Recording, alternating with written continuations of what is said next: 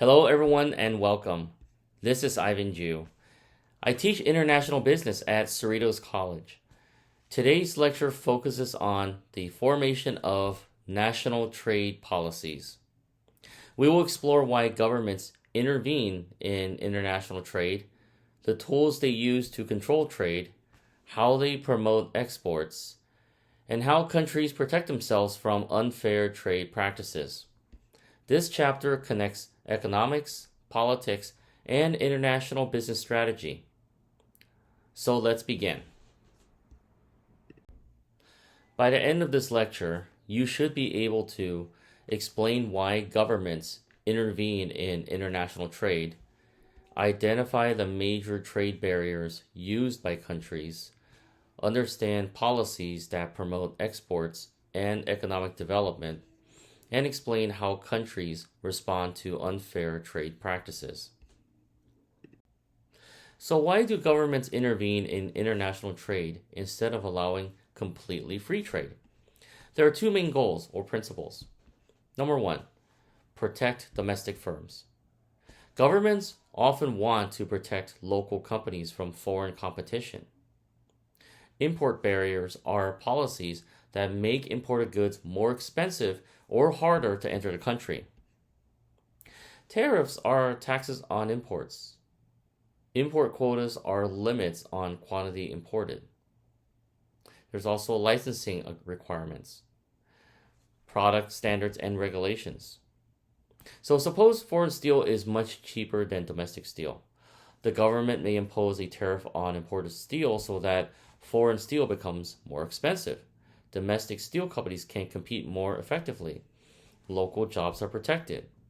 The goal of this is to protect domestic industries, jobs, and strategic sectors. Number two, help domestic firms increase foreign sales. Governments also try to help domestic companies sell more products overseas. With export subsidies, government provides financial assistance to exporters. These include tax incentives, cash grants, and subsidized financing. Governments also negotiate trade agreements that open foreign markets. These include free trade agreements, reducing foreign tariffs, removing trade barriers. Governments may guarantee loans to exporters so that they can expand production, enter new markets, finance large international contracts. As an example, a U.S. aircraft manufacturer wants to sell airplanes to another country. The U.S. government might help negotiate the deal, provide export financing, guarantee loans through export credit agencies. The goal here is to increase exports, economic growth, and employment. There are two opposing philosophies of international trade policy. Number one, free trade, which means minimal government influence. Under free trade, governments interfere as little as possible with international trade. The key idea here is that markets should determine what products are produced, where they are produced, who buys and sells them.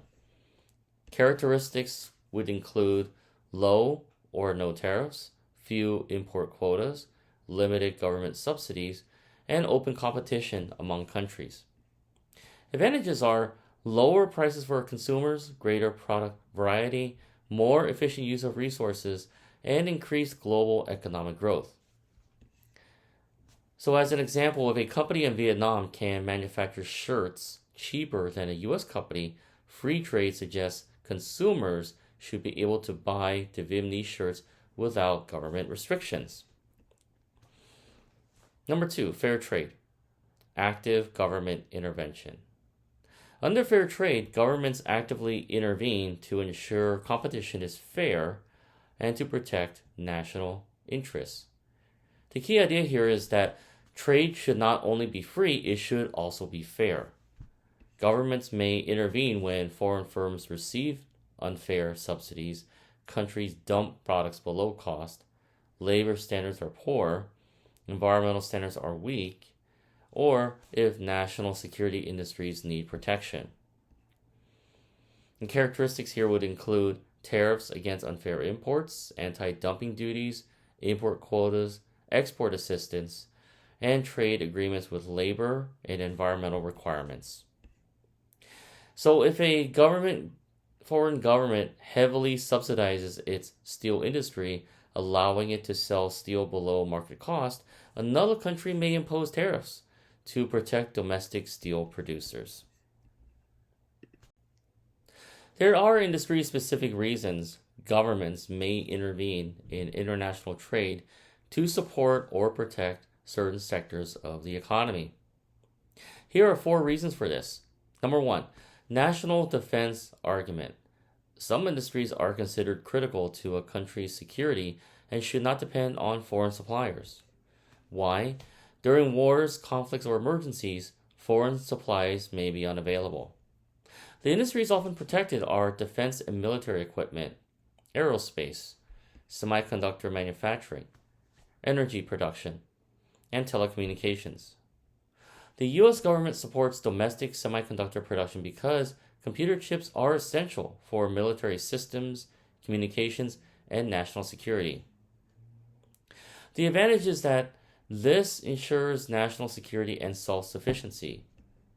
The disadvantage is that this may increase costs for consumers and taxpayers. Number 2, infant industry argument. New industries often need temporary protection until they become competitive. Young domestic companies may not yet have large-scale production, advanced technology, strong brand recognition, or sufficient capital. Governments may use tariffs, subsidies, and tax incentives. Many developing countries protect emerging electric vehicle or technology industries until they can compete globally. The advantage here is that this helps promising industries grow. The disadvantage, though, is that companies may become dependent on protection and never become efficient.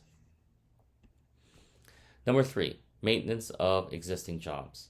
Governments intervene to protect jobs that might be lost due to foreign competition. The imports can sometimes replace domestic production, leading to layoffs. If cheaper imported steel enters the market, domestic steel workers could lose their jobs. Governments may impose tariffs, limit imports, provide subsidies to domestic firms. The advantage is that this preserves employment and community stability. The disadvantage, though, is that consumers often pay higher prices and resources may remain in less efficient industries. And number 4, the strategic trade theory.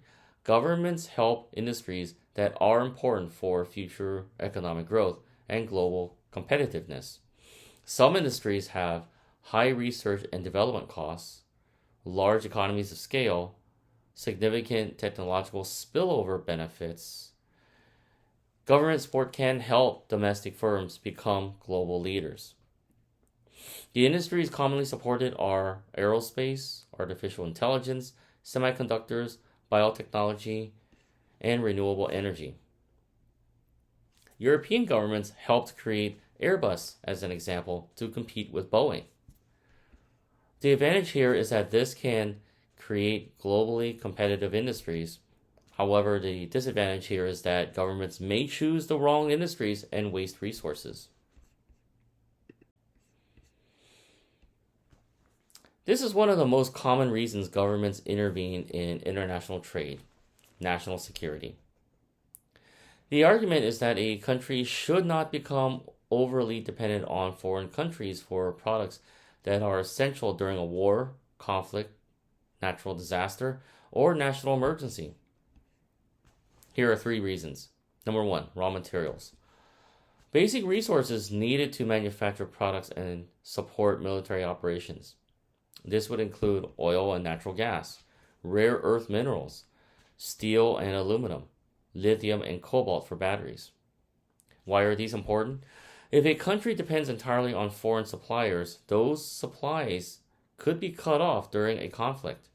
The US and many European countries are investing in domestic sources of rare earth minerals because these materials are essential for military equipment, electric vehicles, and advanced electronics. Here's a national defense concern. A foreign supplier can stop exports during a crisis. Number 2, machinery. Equipment and manufacturing capacity needed to produce military and essential civilian products. So examples would include aircraft manufacturing, shipbuilding, heavy industrial equipment, and defense manufacturing facilities. Why are they important? During wartime, countries may need to rapidly increase production of tanks, aircraft, ships, and military vehicles. The U.S. government supports domestic shipbuilding and aerospace industries because they are critical for defense readiness. Here's the national defense concern. Without domestic production capabilities, the country may struggle to produce essential equipment during emergencies. Number 3, technology. Advanced knowledge and innovation that support military and economic security. So these would include semiconductors or computer chips, artificial intelligence, AI, cybersecurity systems, telecommunication networks, and satellite technology. Modern defense systems depend heavily on advanced technology. The U.S. government passed legislation to encourage domestic semiconductor manufacturing because computer chips are used in military systems, aircraft, communications equipment, and consumer electronics.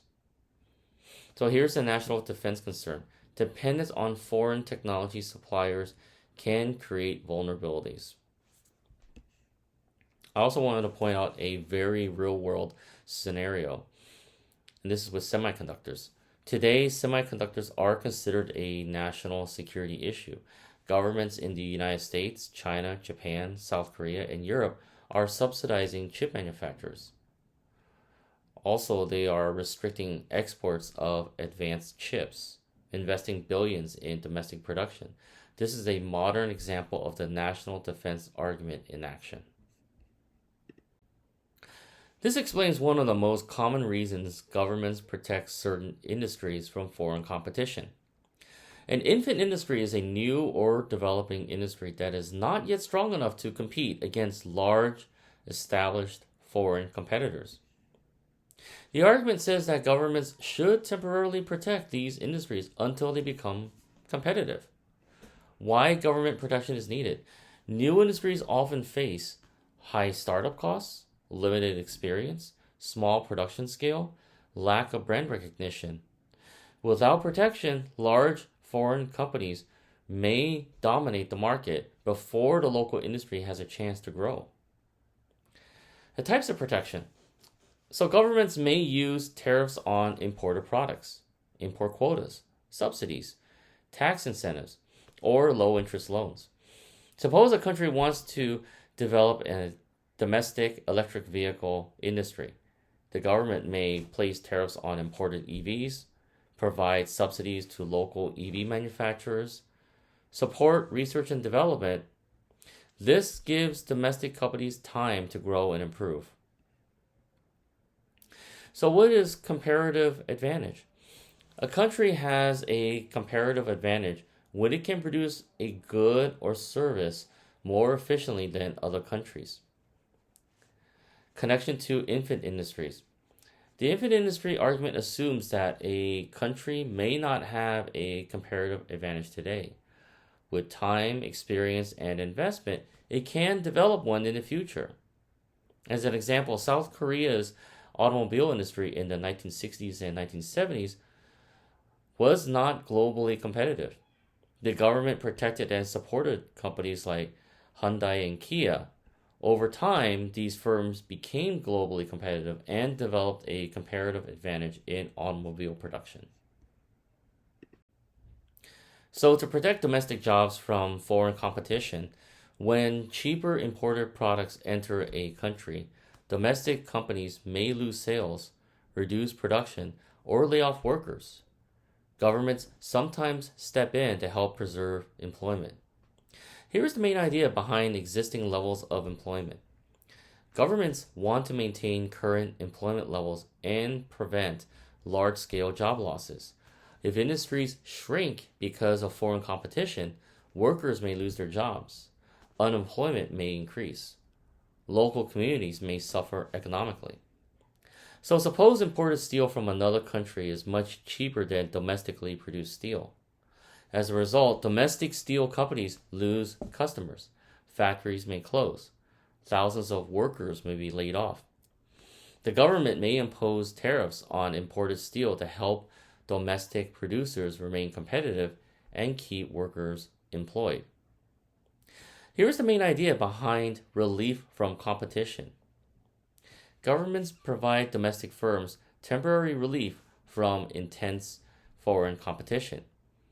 Governments may use tariffs or taxes on imports, import quotas, limits on imports, subsidies, or by local policies. These measures make it easier for domestic firms to compete. As an example, the U.S. auto industry has occasionally received government assistance during economic downturns to help preserve jobs and production.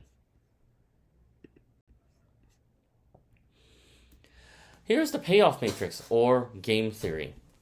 This explains why governments sometimes support strategic industries. This example involves two competing companies, Areva, which is based out in France, and Rosatom, which is based out in Russia. Both are considering whether to develop a new nuclear power plant design. The numbers represent profits in billions of dollars. So understanding the matrix, each company has two choices. Option 1, develop, which means investing heavily in developing the new nuclear technology. Option 2, do not develop, avoid the investment. So here's the first scenario. Both companies develop. So as a result, Areva loses $1 billion. Rosatom loses $1 billion. So why is this? Developing the technology is very expensive. If both companies enter the market, competition is intense. Profits are reduced. Neither firm earns enough to recover development costs. The outcome is that both lose money. Scenario 2. Areva develops, Rosatom does not. The result would be Areva earning $10 billion, Rosatom earns 0. Why is this? Areva becomes the dominant supplier and captures most of the market. The outcome would be Areva wins big. Scenario 3. Rosatom develops, Areva does not. The result would be Rosatom earns $10 billion and Areva earns 0. The reason is because Rosatom becomes the dominant supplier and the outcome is that Rosatom wins big. Scenario 4. Neither company develops. So the result would be neither company gains or loses. So what does this teach us?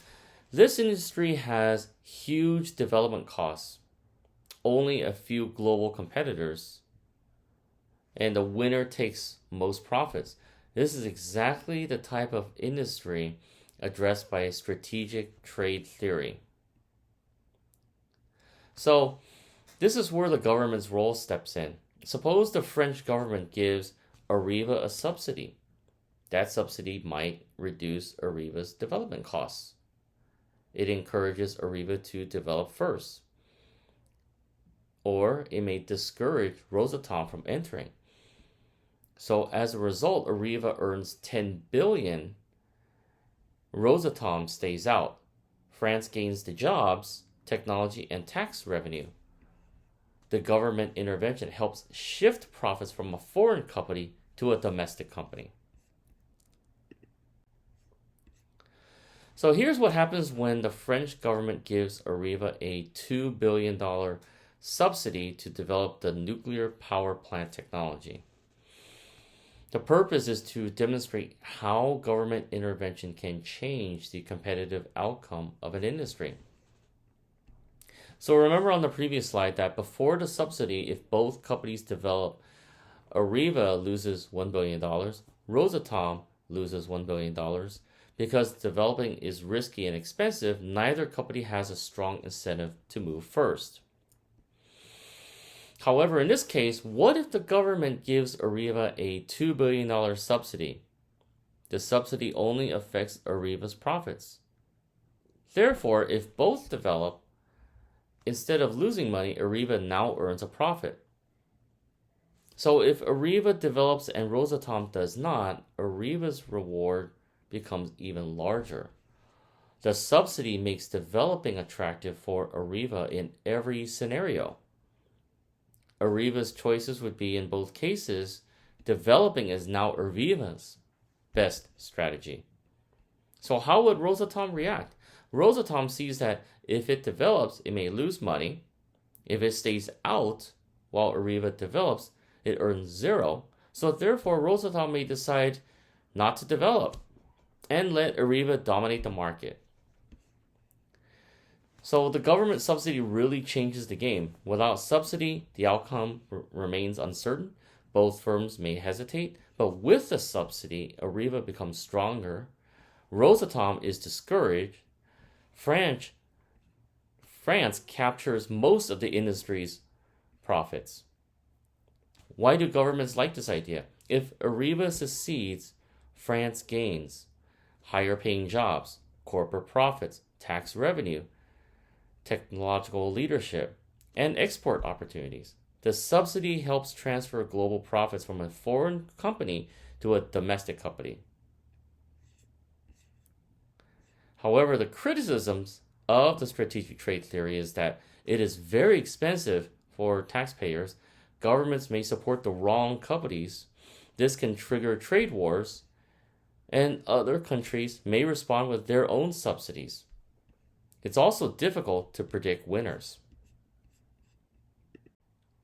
So this slide shifts from industry-level arguments, in this case protecting specific industries, to national-level arguments, or protecting and advancing the entire economy. The key idea here is that governments sometimes intervene in trade because they believe it will benefit the country's overall economic well-being. So number one, needs of the national economy. Trade policy should support the broader goals of the national economy. Governments may intervene to promote economic growth, reduce unemployment, improve the balance of trade, protect strategic industries, increase national income, and strengthen the economic stability.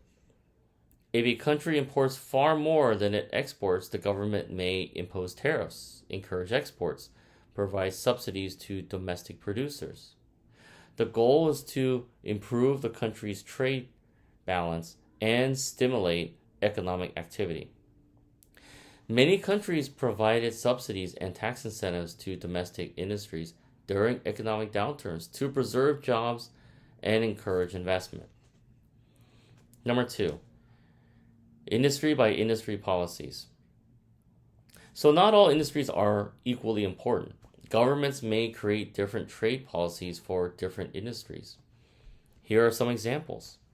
Agriculture, subsidies for farmers, import restrictions to certain crops, technology, research grants, tax credits, export controls, defense, and protection from foreign competition.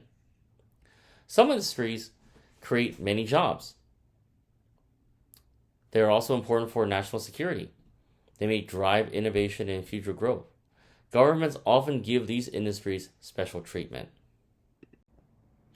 There are two major strategies governments use to promote economic development and growth through trade policy. Number one, export promotion strategy. This is a strategy that encourages domestic companies to sell products and services in foreign markets. The goal is to increase exports, economic growth, employment, and foreign currency earnings. So how do governments promote exports? Governments may provide export subsidies, tax incentives, low interest loans, trade agreements, or export assistance programs. A government helps local technology companies market their products overseas by providing export financing, practicing in international trade fairs, negotiating lower tariffs with trading partners. Countries such as South Korea, Singapore, Taiwan, and China have used export promotion to become major manufacturing and technology exporters. The benefits include more jobs, higher economic growth, increased foreign exchange earnings, and greater international competitiveness. Number 2, import substitution strategy. This is a strategy that encourages domestic production by reducing reliance on imported goods. The goal is to replace imports with products made domestically. So how do governments do it? Governments may impose high tariffs, import quotas, import licenses, and domestic subsidies. Basically, they are making imports more difficult or expensive so consumers buy locally produced products instead. As an example, suppose a country imports most of its automobiles.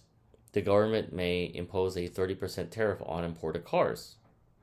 This would support domestic car manufacturers. As imports become more expensive, consumers may buy domestic vehicles. Local factories would expand.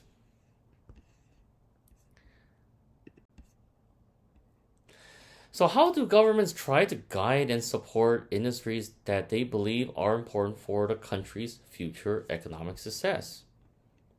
What is industrial policy?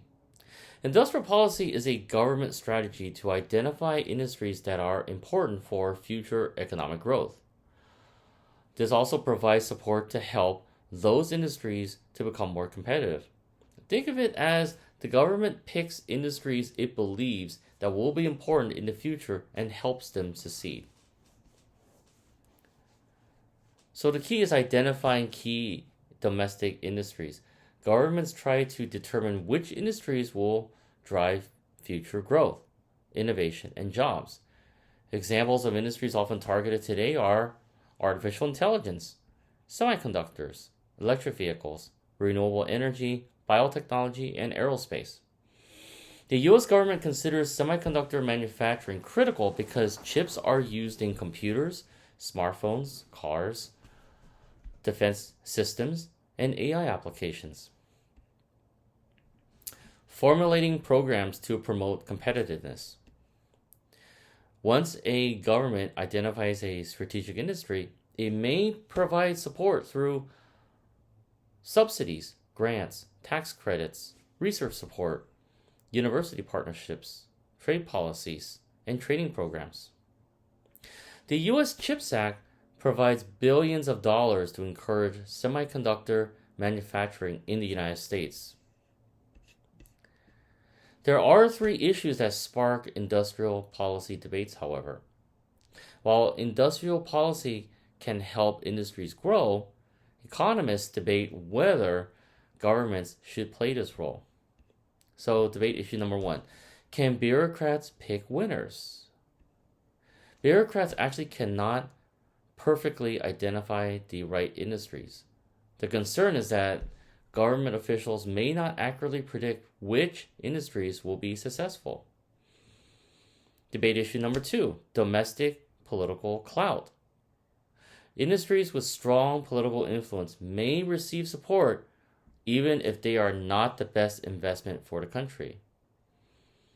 A politically powerful industry may receive subsidies, tariff protection, tax breaks, even when other industries could provide greater economic benefits. The concern here is that politics may influence decisions more than economic efficiency. Debate issue number 3. Proper role of government in a market economy.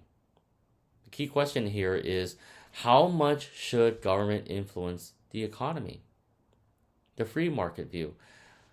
Markets should decide which industries succeed. Government should intervene as little as possible. The industrial policy view is that government should actively support strategic industries. Certain industries are just too important to leave entirely to market forces. And this debate continues today. Here is a different way of looking at trade policy. So instead of assuming governments always act in a country's best interest, public choice analysis asks, Who benefits from trade policies and who influences politicians to adopt them? It focuses on the role of interest groups and elected officials in shaping trade policy. So, what are interest groups? These are organizations that try to influence government policy to benefit their members. Examples would be labor unions, industry associations, business groups, and trade associations. So, why do they lobby? Interest groups often gain significant benefits from government protection. As an example, a steel industry association may lobby for tariffs on imported steel, imported quotas, government subsidies, because these policies increase steel prices, protect domestic producers, and preserve jobs. The benefits are concentrated. A small group, such as steel companies and workers, would gain a lot. The costs are spread out. Millions of consumers pay slightly higher prices. So as a result, the industry has a strong incentive to lobby, while consumers may not organize to oppose it. What motivates politicians?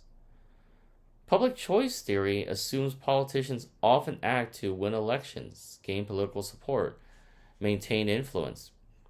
Suppose a district contains 20,000 steel workers. A politician may support steel tariffs because steel workers strongly support the policy. Their votes can affect election outcome. Even if the policy increases prices for millions of consumers, those consumers may not view the issue as important enough to influence their vote. So politicians often respond to groups that are organized, vocal, politically active, and important to elections. The key idea here is that public choice theory is a traditional view. Governments intervene because it benefits the local economy. The public choice view is that governments often intervene because politically influential groups benefit. Here are two main types of trade barriers that governments use to restrict or control international trade. Trade barriers make it more difficult, expensive, or complicated for foreign products to enter a country's market. A tariff is a tax imposed on imported goods. The purpose is that governments use tariffs to protect domestic industries, raise government revenue, reduce imports, and encourage consumers to buy domestic products. So suppose an imported laptop is $1,000. Government imposes a 20% tariff. The new price would be $1,200. Now consumers may choose a domestic laptop because the imported one is more expensive. There are certain types of tariffs. First is the ad valorem tariff. This is based on the percentage of value. So, as an example, a 10% tariff on a $500 product, the tariff would be $50. A specific tariff is a fixed amount per unit tariff. So, as an example, a $5 tariff per imported shirt. A compound tariff would be a combination of both. So, example, 5% of value plus $2 per item. The advantage is that this protects domestic industries, generates government revenue, and reduces foreign competition. But the disadvantage is that this results in higher prices for consumers, less product choice, and possible trade retaliation. Non-tariff barriers. These are restrictions on trade that do not involve direct taxes on imports. These barriers often make importing more difficult without imposing a tariff. So common types of non-tariff barriers would be import quotas. This limits the quantity of goods that can be imported. As an example, only 100,000 foreign cars are allowed each year. Import licensing. Importers must obtain government approval before importing products. An example here would be special permits required to import pharmaceuticals. Product standards. Governments requiring products to meet specific safety, health, or environmental standards. As an example, food products that must meet inspection requirements. Local content requirements. A percentage of product must be produced domestically. An example will be 40% of automobile parts must be made locally. Government procurement policies. Governments may favor domestic suppliers when making purchases. An example would be the Buy American requirements. Administrative delays. Complex customs procedures or paperwork requirements that slow imports. So the advantages would be protecting domestic firms, promoting local employment, and enhancing safety and quality standards. But the disadvantages would be reducing competition, increased consumer prices, can create hidden protectionism, and may provoke trade disputes. Tariffs are one of the most common barriers to international trade.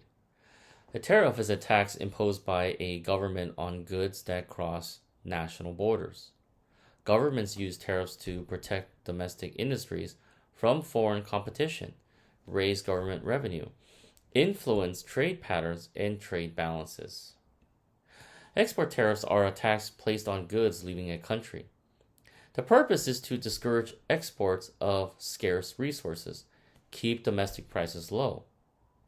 As an example, if a country exports crude oil, it may impose an export tariff to ensure enough oil remains available for domestic consumers.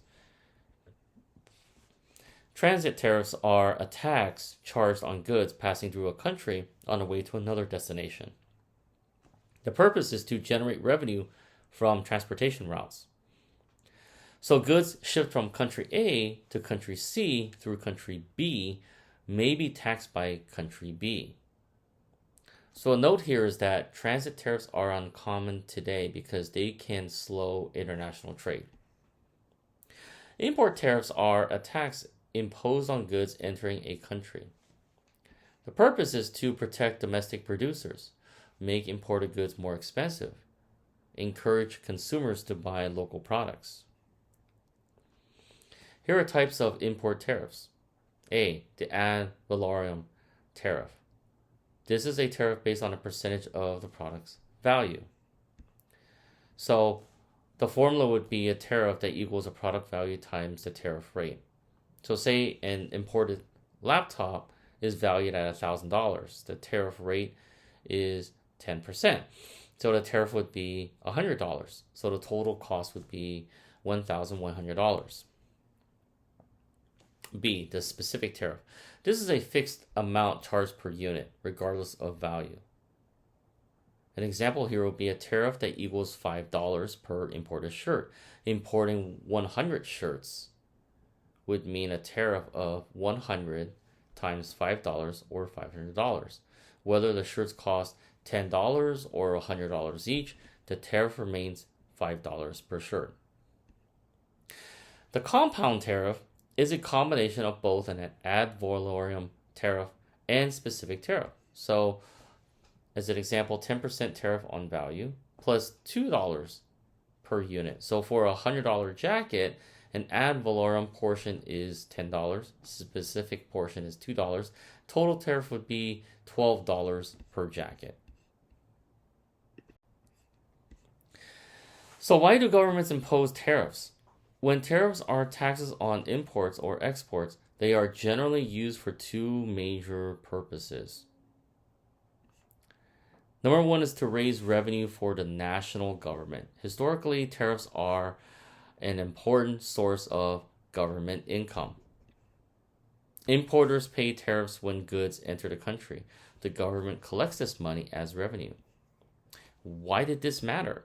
Well, before modern income taxes and sales taxes existed, many governments relied heavily on tariffs to fund government operations. Number two, act as trade barriers. Today, this is often the more important reason. Tariffs increase the price of imported goods, making domestic products more competitive.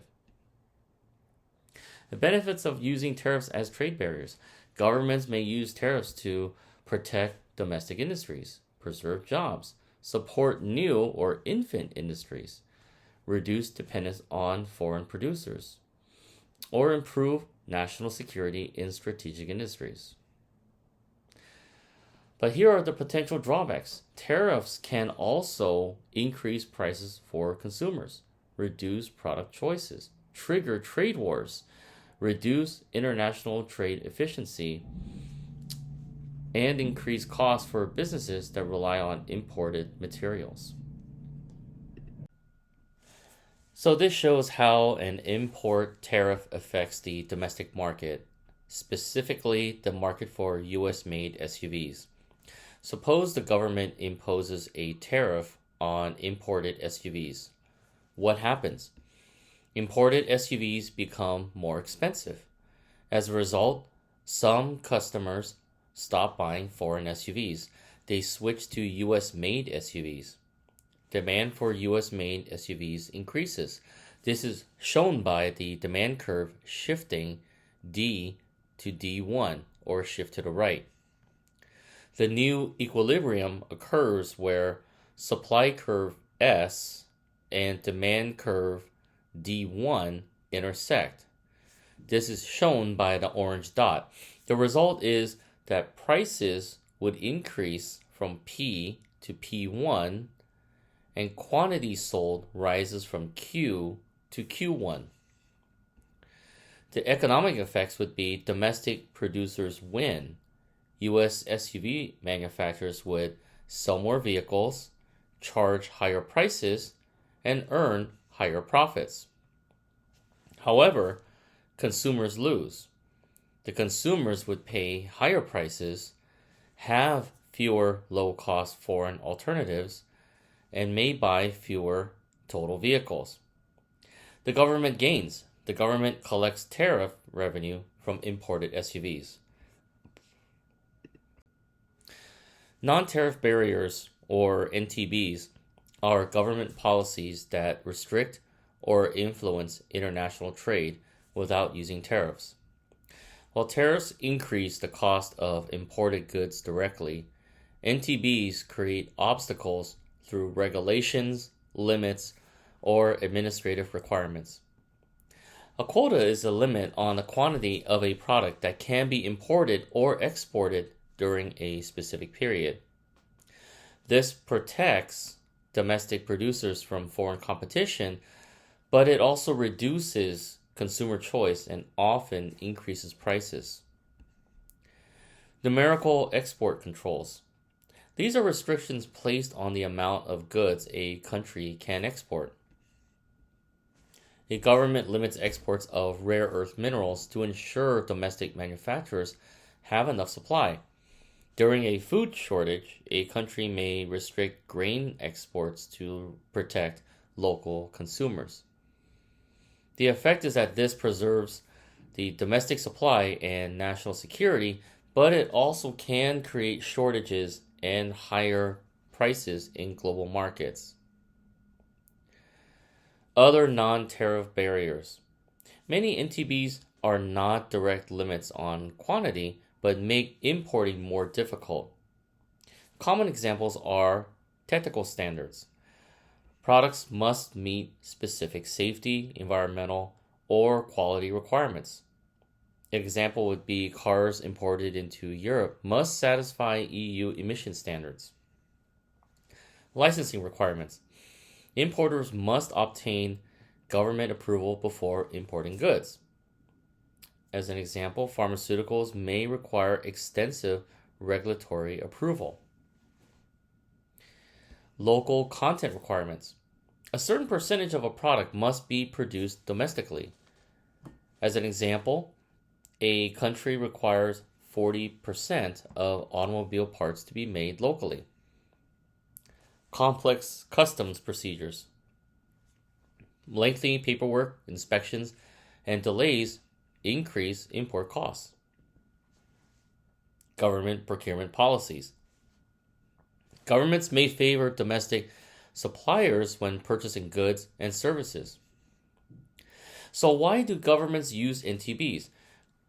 They use it to protect domestic industries and jobs, safeguard public health and safety, protect the environment, preserve national security, and reduce trade deficits. However, NTBs are criticized as they can be used as hidden protectionism.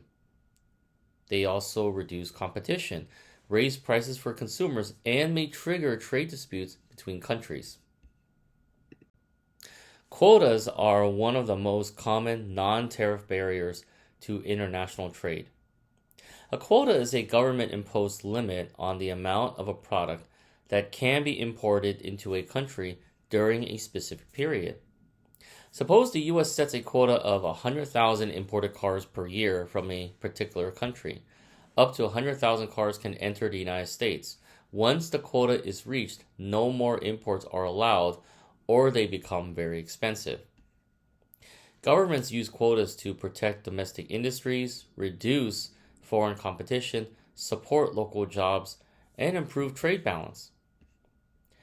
A tariff rate quota, or TRQ, combines a quota and a tariff. Instead of completely blocking imports after a limit is reached, imports above the quota are subject to a much higher tariff. In this case, importers are willing to import within the quota because tariffs are low. Few importers will import beyond the quota because the tariff is so high that profits disappear. So why use TRQs? Well, TRQs are often viewed as a compromise because they allow some foreign competition, give consumers access to imports, and still protect domestic producers. Numerical export controls are government-imposed limits on the quantity of goods that can be exported or traded internationally. These are considered quantitative trade barriers because they restrict trade by limiting quantities rather than imposing taxes. A voluntary export restraint, or VER, occurs when an exporting country agrees to limit the amount of goods it sends to another country. So why is it called voluntary? It is usually voluntary in name only. Typically, the importing country threatens tariffs or quotas. The exporting country agrees to restrict exports to avoid harsher trade restrictions. Advantages is that this helps to protect domestic industries from foreign competition, helps preserve local jobs. However, the disadvantages are higher prices for consumers, less product variety, and reduced competition. An embargo is the most restrictive form of trade barrier. It is a government order that completely prohibits trade with a particular country, product, or company. Examples would be a country embargo. The United States has maintained various trade embargoes against certain countries over time. A product embargo is when a country may ban imports or exports of weapons, sensitive technology, agricultural products, or strategic minerals. The reasons for embargoes. There can be political reasons, in a sense to pressure another government to change its behavior. It can also be national security. This is to prevent sensitive technology or military equipment from reaching rivals. Human rights concerns, to punish countries accused of human rights violations. And then health and safety, to stop trade in products that may pose risks to consumers. The advantages of embargoes is that it can be a powerful diplomatic tool. It may protect national security interests. However, the disadvantages is that it reduces trade and economic growth. It can also hurt businesses and consumers in both countries. It can also increase political tensions. Here are several other non-tariff barriers, or NTBs, that governments use to restrict international trade without imposing tariffs or quotas. These measures often appear to be legitimate regulations, but they can make it more difficult or expensive for foreign companies to compete. Product and testing standards. Countries may require imported products to meet specific safety, quality, health, or environmental standards. This protects consumers and the environment, but this can be costly and time-consuming for foreign companies to comply. Restricted access to distribution networks. Foreign companies may have difficulty accessing local wholesalers, retailers, or distribution channels. So even if a company may legally import goods, it may struggle to get products into stores. Public sector procurement policies. Governments often prefer domestic suppliers when purchasing goods and services. Foreign firms may be excluded from lucrative government contracts. Local purchase requirements or local content requirements. Governments require businesses to purchase a certain percentage of materials, components, or services locally. Renewable energy projects must use locally produced equipment.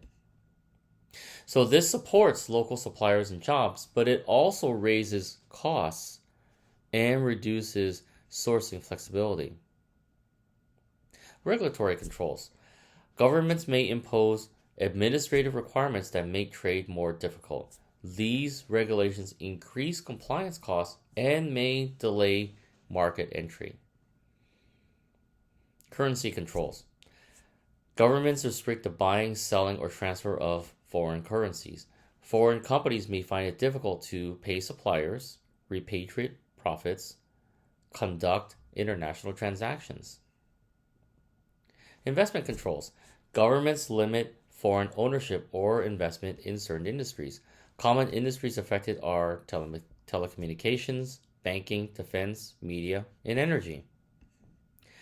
The countries should maintain control over sensitive industries while limiting foreign competition.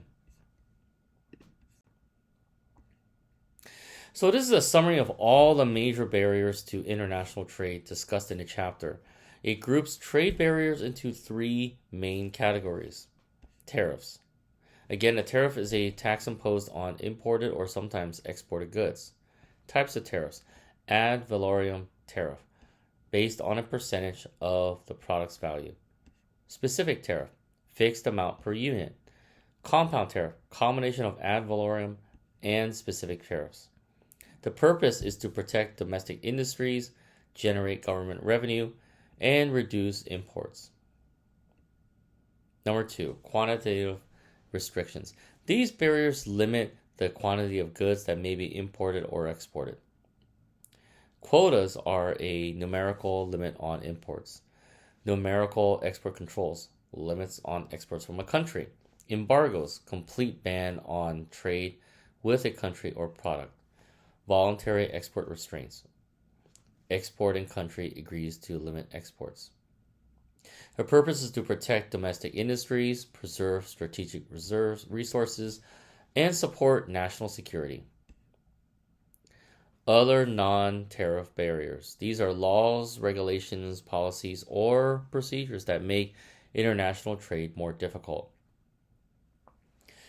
Product and testing standards. These include safety requirements, environmental standards, certification requirements. Restricted access to distribution networks. This would be difficulty getting products into local stores or supply chains. Public sector procurement policies. Government preference for domestic suppliers. Local purchase requirements. Firms that must buy a certain percentage of inputs locally. Regulatory controls. Licensing requirements. Customs procedures. Administrative approvals. Currency controls. Restrictions on exchanging currencies or moving money abroad. Investment controls. Limits on foreign ownership of business. Why does this matter? All three types of barriers have similar goals. Governments use them to protect domestic jobs and industries, improve trade balance, preserve national security, protect consumers and the environment. However, the major downsides are higher prices for consumers, less competition, reduced product variety, and possible trade disputes and retaliation. So this slide shifts from barriers to trade to government programs that promote international trade. The main idea is that governments do not only restrict trade, they also create policies and incentives to encourage exports, attract investment, and stimulate economic growth. Subsidies. A subsidy is financial assistance provided by a government to businesses. Governments provide subsidies to help domestic firms compete globally, increase exports, create jobs, and support strategic industries. The benefits are lower production costs, increased exports, and job creation. The drawbacks, however, include the risk of distorting competition and may trigger trade disputes. The economic development incentives are special incentives used to attract businesses and investment. Foreign trade zones, or FTZs, are designated areas where imported goods can be brought in, stored, assembled, or processed without immediately paying customs duties. So how do FTZs work? Import components into the FTZ, manufacture or assemble products, export products without paying duties, and if sold domestically, duties are paid when goods leave the FTZ. The benefits are improving cash flow, reducing customs costs, and encouraging manufacturing. The maquiladora system, a special type of FTZ along the U.S. than the Mexico border. How does this work? Foreign companies import materials into Mexico duty-free. Products are then assembled in Mexico. Finished goods are exported. Why companies use it? This is due to lower labor costs, reduced customs duties, and proximity to the U.S. market. Export financing programs. Many governments help exporters obtain financing and reduce risks when selling internationally. Why is this needed? International sales often involve large contracts, long payment periods, credit risk, and government programs help exporters secure funding. Government-owned agencies. So an Export-Import Bank, or EXIM Bank. Export and Import Bank of the United States. The EXIM Bank helps the U.S. companies export by providing export loans, loan guarantees, and export credit insurance. The benefits are supporting U.S. exports, helping small businesses compete globally, and reducing payment risk. Overseas Private Investment Corporation, or OPIC.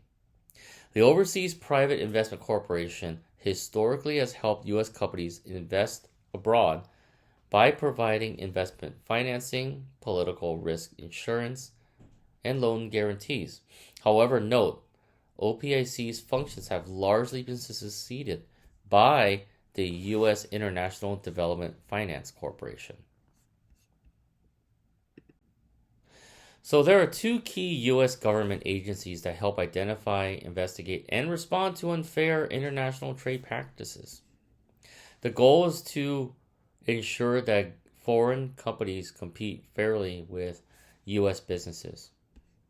So why control unfair trade practices?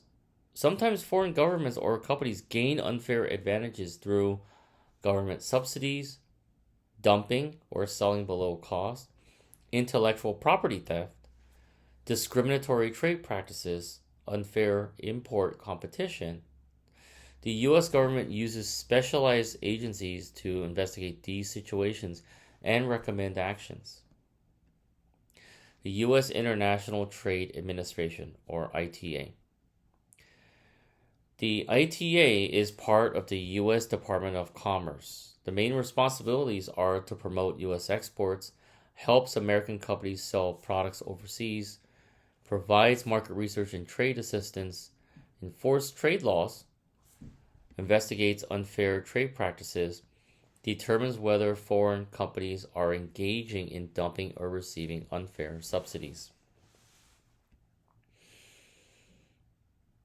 The ITC is an independent federal agency.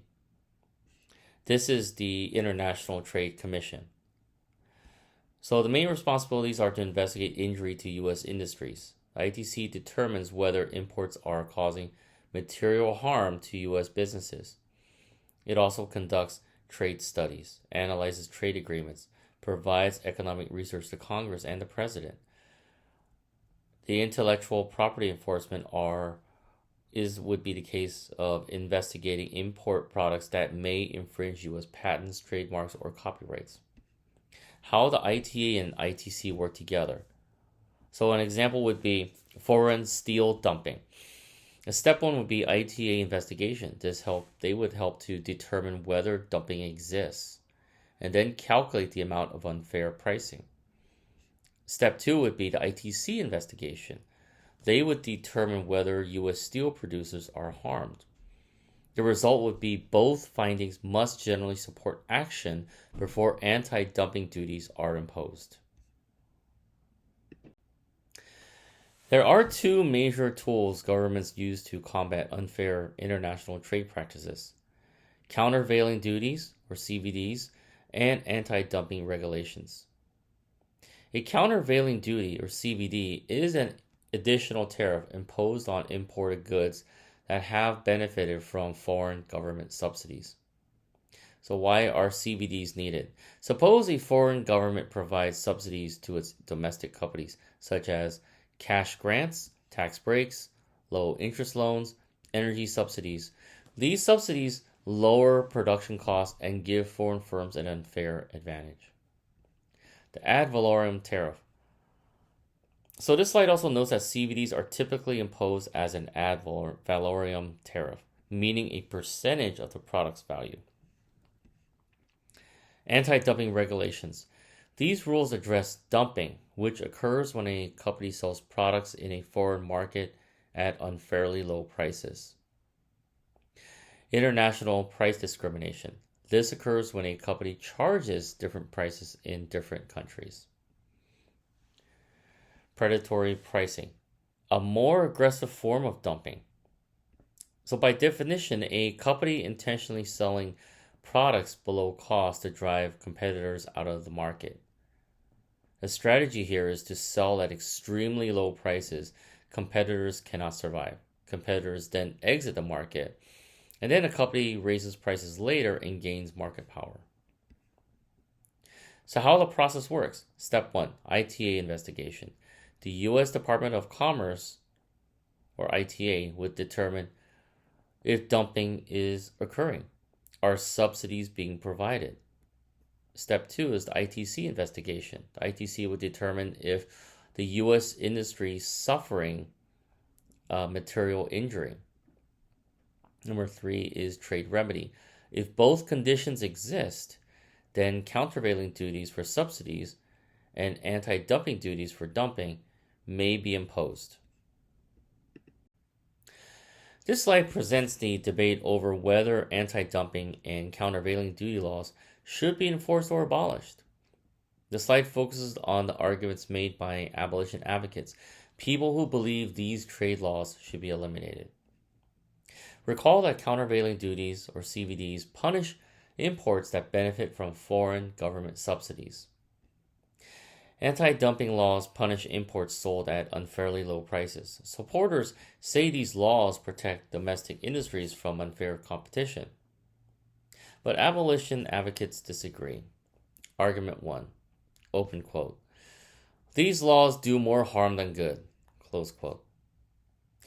Abolition advocates argue that these laws often raise prices for consumers, increase costs for businesses that use imported inputs, reduce competition, and encourage inefficiency among domestic producers.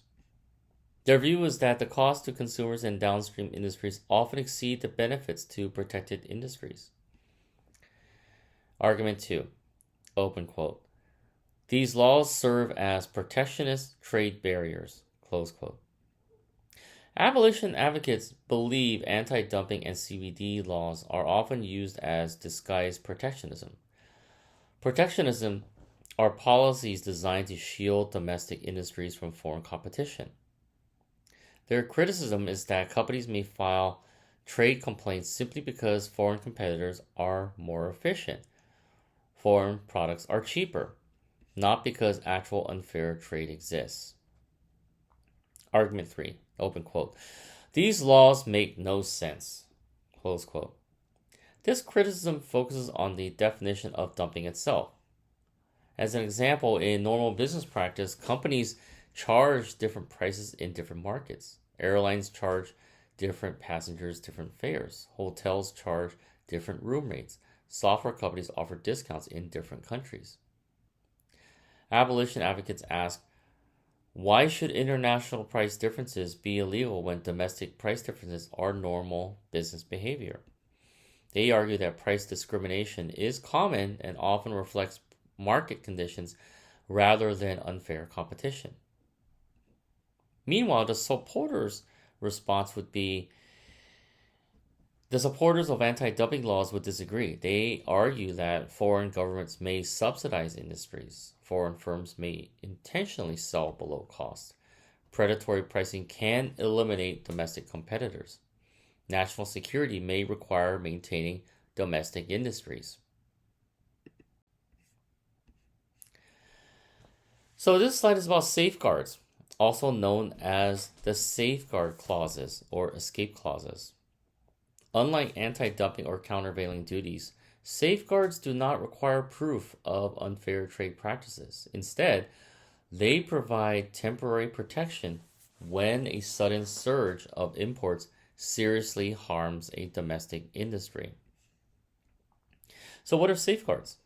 A safeguard is a temporary trade restriction that allows a country to protect domestic industries from a sudden increase in imports. These imports may be fairly traded, not subsidized, and not dumped, but the volume of imports is so large that domestic producers cannot compete effectively. But why are they called escape clauses? Trade agreements generally require countries to keep markets open. However, safeguard clauses provide an escape mechanism that allows a country to temporarily suspend those commitments when domestic industries face serious injury. Think of it as, we normally allow free trade, but we need temporary relief because our industry is being overwhelmed. So the U.S. Trade Act of 1974 was established with procedures that allow domestic industries to request safeguard protection. The process here is for domestic industry to file a petition. ITC investigates. The ITC determines whether imports are causing serious injury. The president may approve temporary relief measures. The possible relief is higher tariffs, import quotas, tariff rate quotas, and other temporary restrictions. Okay, so here are the review questions for this chapter. Number 1, what is fair trade? Who benefits from it? Fair trade is international trade conducted under conditions of fair competition, reasonable labor standards, environmental responsibility, and fair prices for producers. In the context of trade policy, fair trade also means trade free from dumping, unfair subsidies, and discriminatory trade practices. Who benefits?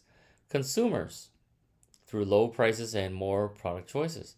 Businesses, through access to larger markets and greater sales opportunities. For workers and producers, through more jobs and income opportunities. And for countries, for economic growth and improved living standards. Number 2, what is the infant industry argument? This argument states that new domestic industries need temporary protection from foreign competition until they become strong enough to compete internationally. The goal here is to provide short-term protection until the industry grows up. Criticism, though, is that this allows the protected industries to become inefficient and continue seeking protection indefinitely. Number 3, what are the different types of tariffs? Ad valorem tariff, based on a percentage of the product's value. Specific tariff, fixed amount per unit. Compound tariff, combination of ad valorem and specific tariffs. Number 4, why is it useful for an importer to seek an advanced tariff classification from the U.S. Customs Service? An advanced tariff classification ruling tells an importer how customs will classify a product once it is imported. The benefits are predicting import duties, avoid surprises at customs, reduce compliance risk, and improve pricing and budgeting. And number 5, what Might a country adopt a VER or voluntary export restraint? A VER is when an exporting country voluntarily agrees to limit exports to another country. Reasons would be avoiding harsher restrictions. The importing country may be threatening tariffs, quotas, trade sanctions. It may be also to maintain good trade relations. A VER can reduce political tensions. And then there's market access. By accepting limited exports, the exporting country may preserve access to an important foreign market. And here are a few more review questions. So what are the major forms of NTBs, or non-tariff barriers? Non-tariff barriers are trade restrictions that do not involve tariffs. Major forms of NTBs are quantitative restrictions, quotas, tariff rate quotas, TRQs, voluntary export restraints, or VERs, embargoes. The regulatory and administrative barriers. This would be product and testing standards, import licensing requirements, regulatory controls, and customs procedures. Market access restrictions. This would be restricted access to distribution networks, public sector procurement policies, and local purchase requirements. And then financial restrictions. So this would be currency controls or investment controls. All right, what is an FTZ? An FTZ is foreign trade zone. This is a designated area where imported goods can be stored, assembled, processed, or manufactured without immediately paying customs duties. Benefits would be delayed duty payments, reduced customs costs, improved cash flow, and encouraging international trade and manufacturing. What is the role of Exim Bank? The Export-Import Bank, or Exim Bank, helps U.S. companies sell products and services internationally. Main functions include providing export financing, offering loan guarantees, providing export credit insurance, reducing risks associated with international sales. The purpose is to help U.S. exporters compete in global markets. So what is the purpose of a CVD? A CVD is a countervailing duty. So this is a tariff imposed on imported goods that benefit from foreign government subsidies. The purpose is to offset the unfair advantage created by subsidies. So as an example, if a foreign government subsidizes its steel industry, the importing country may impose a CVD to restore fair competition.